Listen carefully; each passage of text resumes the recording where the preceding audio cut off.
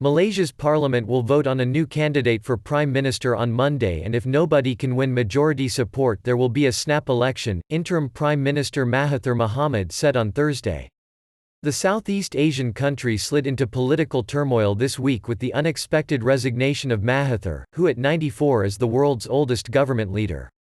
It set off a new tussle for power between him and old rival Anwar Ibrahim, 72. Mahathir said the king had decided to leave the choice of premier to parliament after the monarch told him no candidate had emerged with enough support to become prime minister. The king held 2 days of consultations with individual lawmakers this week but has made no announcement of his decision. Parliament will be convened on March 2, Mahathir said. If Parliament fails to find a person with the majority, then we will have to go for a snap election, said Mahathir, who stayed on as caretaker premier after resigning. Previously, the post of prime minister has gone to a party or an alliance with a majority in parliament rather than through a vote for individual candidates.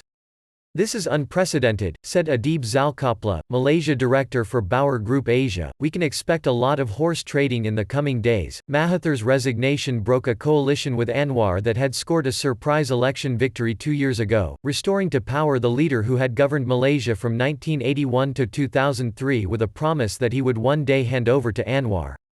The volatile relationship between Anwar and Mahathir helped trigger the current crisis after Mahathir resisted pressure to set a date for a promised transfer of power to Anwar made ahead of the 2018 election. The coalition said it was inappropriate for Mahathir to preempt the king's decision, and that his move to call for a parliamentary session to elect a new prime minister was a challenge to the rights and powers of the monarch. The 9 sultans who serve as hereditary titular heads of individual Malaysian states are scheduled to meet on Friday to discuss the next step, the coalition said in a statement. Mahathir has called for a unity government not based on party allegiances and including lawmakers across all political parties, saying it is needed as Malaysia's economy is flagging amid the impact of the new coronavirus, for which he announced a $4.7 billion stimulus package on Thursday. But critics say that such a unity government could give Mahathir greater power than ever. Anwar has said he opposes such a backdoor government.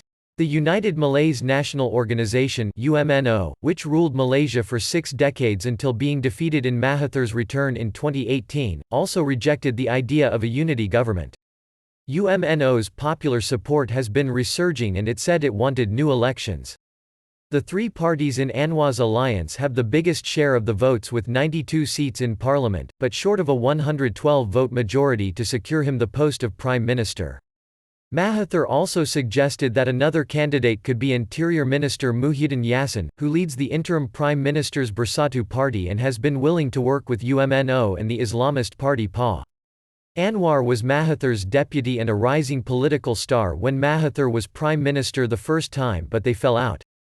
Anwar was arrested and jailed in the late 1990s for sodomy and corruption, charges that he and his supporters denied, maintaining that they were aimed at ending his political career. As well as personal relationships, politics in Malaysia is shaped by a tangle of ethnic, religious and regional interests. The largely Muslim country of 32 million people is more than half ethnic Malay, but has large ethnic Chinese, Indian and other minorities.